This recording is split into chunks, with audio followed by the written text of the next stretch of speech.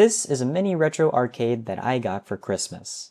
As you can see, there is a joystick, 2 buttons for playing, and 3 smaller buttons for starting, resetting, and changing the volume. The display has this permanent line across the middle when it's powered off, which I actually think is intentional, because that line is always active when the toy is on anyway. You can see the arcade is in fine working order, and holds up to 100 games, 18 of which are Tetris. All in all, these games are pretty simple, but you can change the speed and difficulty of each for more variety. However, I'm more interested in the electronics inside, so let's open this bad boy up.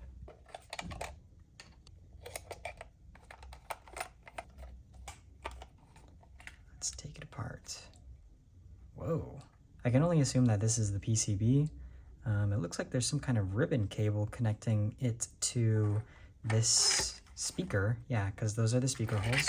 So I believe that this is a piezoelectric speaker. I'm not entirely sure how the mechanisms work for those in particular, but speakers in general are quite simple. Here's the battery compartment that we just revealed by taking that plate off over there. I'm going to take these screws off now.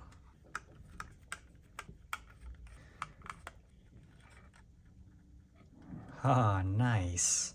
So I've completely detached the LCD screen, which is attached to this PCB. I am kind of curious, will it run? I think surely it will run. I haven't actually changed anything about the circuitry. I don't know if this is dangerous, but I kind of love it.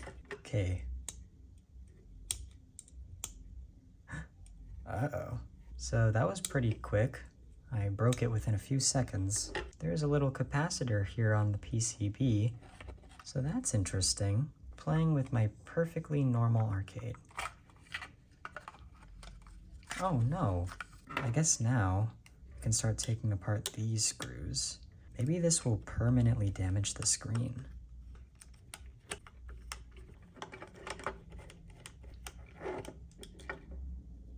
Ooh, look at that.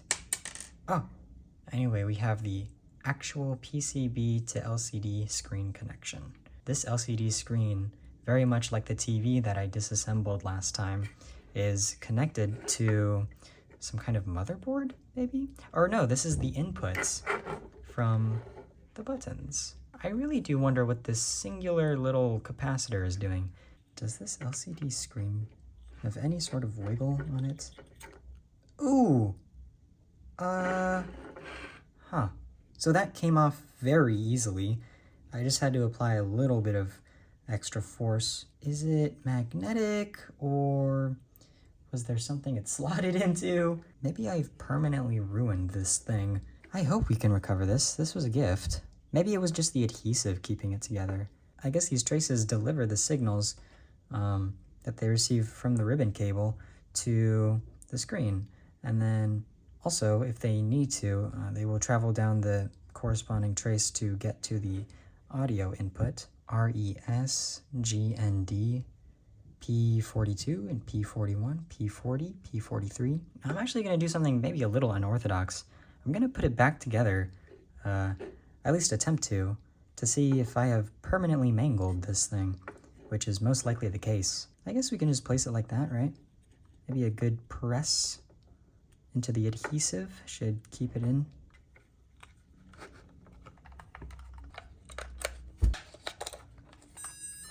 Oh!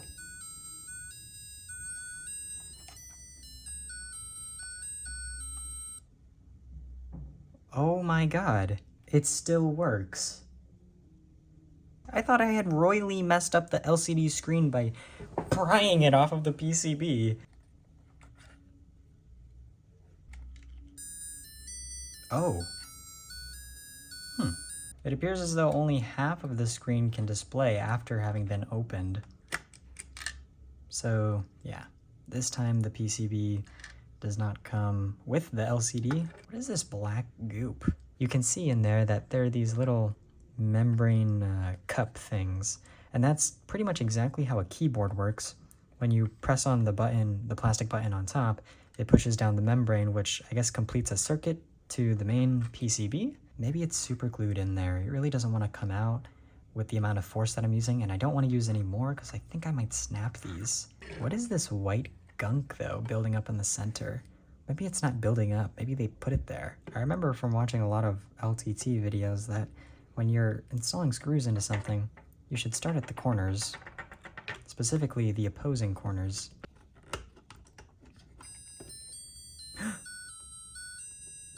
Whoa. Oh my goodness. Hold on. Are you seeing that? My hand is simply pressed against the PCB, forcing the connection between it and the LCD screen. If I relax my hand, I can make the screen go away. How wonderful is that? Let's see if I can play Tetris like this. Okay, it's pretty hard being able to play with only one finger on this hand, while I have to push so disproportionately hard on the other side, but I am playing Tetris. I am creating the Tetris in a way. I'm part of the computer. Oh gosh. And when I lose pressure, you can see it fading away. All right, this is pretty fun, but I don't want to play anymore. I wonder what happens if I touch it while it's playing. Is it going to be hot? Is it going to burn me?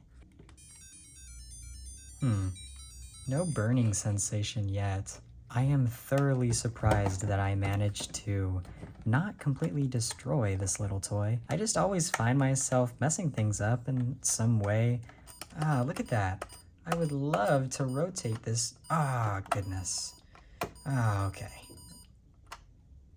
So that was really fun. I wouldn't say it was the most lucrative deconstruction I've ever done, but it was informational, and I had a lot of fun doing it. Maybe at some point we can look deeper into the electronics that I uncovered, but for now I'd say that was a job well done. Thanks for watching, and keep on learning. Bye-bye.